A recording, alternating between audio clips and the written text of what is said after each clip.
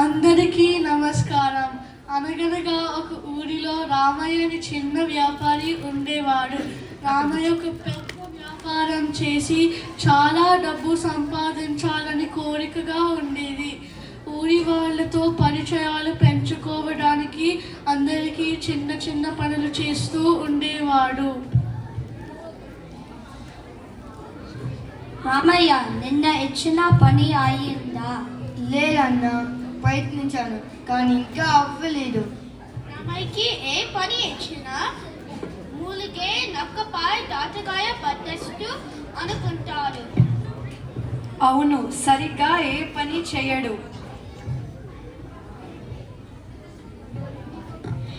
ఏమిటా నవ్వులు? చిన్నవాటిని చిన్న చూపు చూడటం పెద్దవాళ్ళ గుణం కాదు. ఎవరి ప్రతిభ వారికి ఉంటుంది.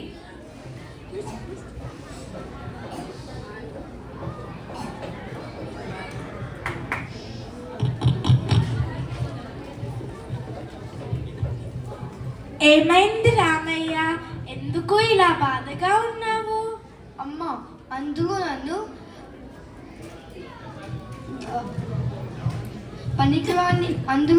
పనికిరాని వాళ్ళని అంటున్నారు. చూడు రామయ్య, కడవంతా గుమ్మడికాయ అయినా కత్తిపీటకు లోకువే. ప్రతి ఒక్కరికి ఒక ప్రత్యేకత ఉంటుంది. నిన్ను నువ్వు తప్పుగా అనుకోవద్దు.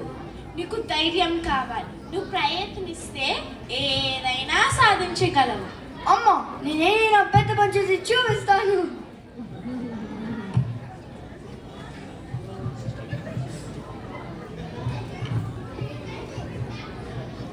అందరికీ నమస్కారం.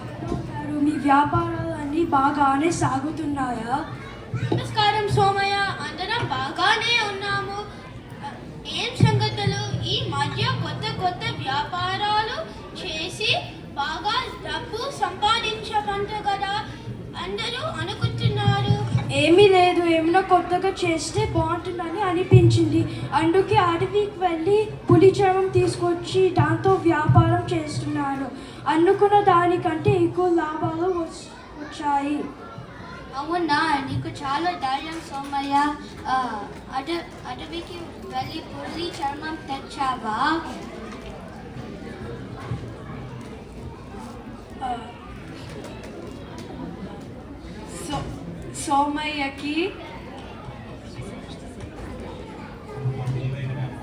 సోమయ్య తెలివైన వ్యాపారి. తన తెలివితేటలతో, శక్తి సామర్థ్యాలతో ఏ పని అయినా చేయగలడు. వ్యాపారం అంటే ధైర్యము తెలివి రెండూ కావాలి. అవును అవును అవును అవును నిండు కొండ ఎప్పటికీ తొనకదు. సోమయ్యని చూసి నేర్చుకో రామయ్య. నేను కూడా అలాంటివి చాలానే చేశాను. ఇందులో గొప్ప ఏముంది?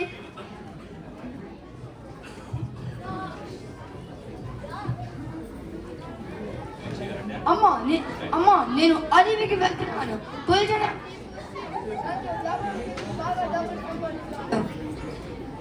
అయ్యో, ఇది పులిని చూసి నక్క బాధ పెట్టుకున్నట్టు ఉంది.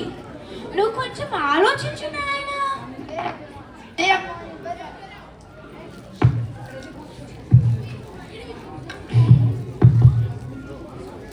సరే, నేను ఇప్పుడు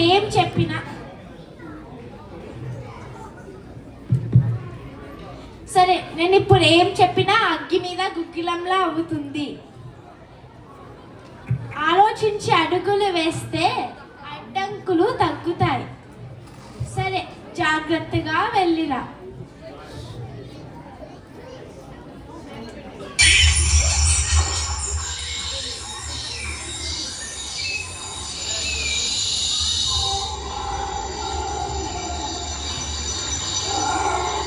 అయ్యో, ఎక్కడా పులి కనిపించడం లేదు.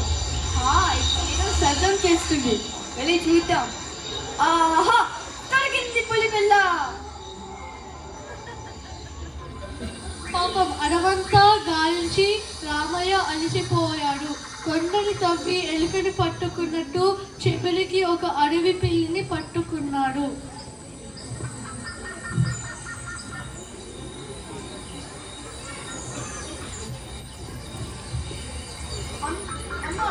ఎంత ఎంత వెతికినా పెద్ద పులి దొరికింది, మనం ఇచ్చిన పులి పిల్ల దొరికింది. చాలా బాగుందిగా.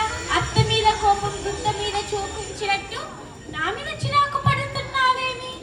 సరే, ఎంత చెట్టుకు అంతేగా, నీకు దొరికింది తీసుకొచ్చా. అంతా మన మంచికి అన్నట్టు పార్వతమ్మ తన కొడుకు మీద ప్రేమతో తెచ్చింది. పులిపిల్ల కాదు, అడవి పిల్లి అని తెలిసినా తన కొడుకుని ఏమీ అనలేకపోతుంది.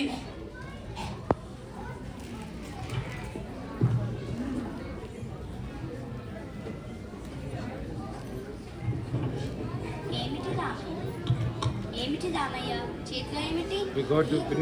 చింతలా ఉంది. నువ్వు కూడా ఒక వ్యాపారం మొదలు పెట్టావా? అవును, నాకు ఏ పని చేతి కాదని అందుకు నన్ను హేళన చేస్తున్నావు కదా, అందుకే అడవికి వెళ్ళి పులి పిల్లని తీసుకువచ్చి దాని చర్మంతో నా వ్యాపారం మొదలు పెడతాను. రామయ్య దీన్ని చూసి అడవి పిల్లిలాగా ఉంది. ఊళ్ళో అందరినీ నసిపూసి మారేడుకాయ చేద్దామని అనుకుంటున్నావా ఏంటి? అది పులి పిల్ల కాదు, అడవి పిల్లి. అయ్యో, పులి అనుకుని అడవి పిల్లిని తెచ్చాడు. హనుమంతుని ముందు కుప్పిగంతుల, సోమయ్య ముందు ఎన్ని గొప్పలు చెప్పాడు. ఆపండి, ఇతన్ని ఎగతాళి చేయడం సరి కాదు. తప్పు చేసిన వారిని చూసి నవ్వడం కాదు, మార్గం చూపాలి. రామయ్య, ఇతరులను అనుకరించడం సులువు, కానీ ఆలోచించి పని చేయడం కష్టం. అవును రామయ్య, నాకు అడవి తెలుసు కాబట్టి ఆ పని చేశాను. నీకు తెలిసిన పని మెరుగుపరుచుకో, తప్పకుండా విజయం సాధిస్తావు. ఇతరులని అనుకరించకుండా మన సామర్థ్యాన్ని తెలుసుకొని పనులు చేయాలి. అహంకారం కాదు, ఆత్మవిశ్వాసం ముఖ్యం. అనుకున్న కాదు, అహంకారం ముఖ్యం. ధన్యవాదాలు.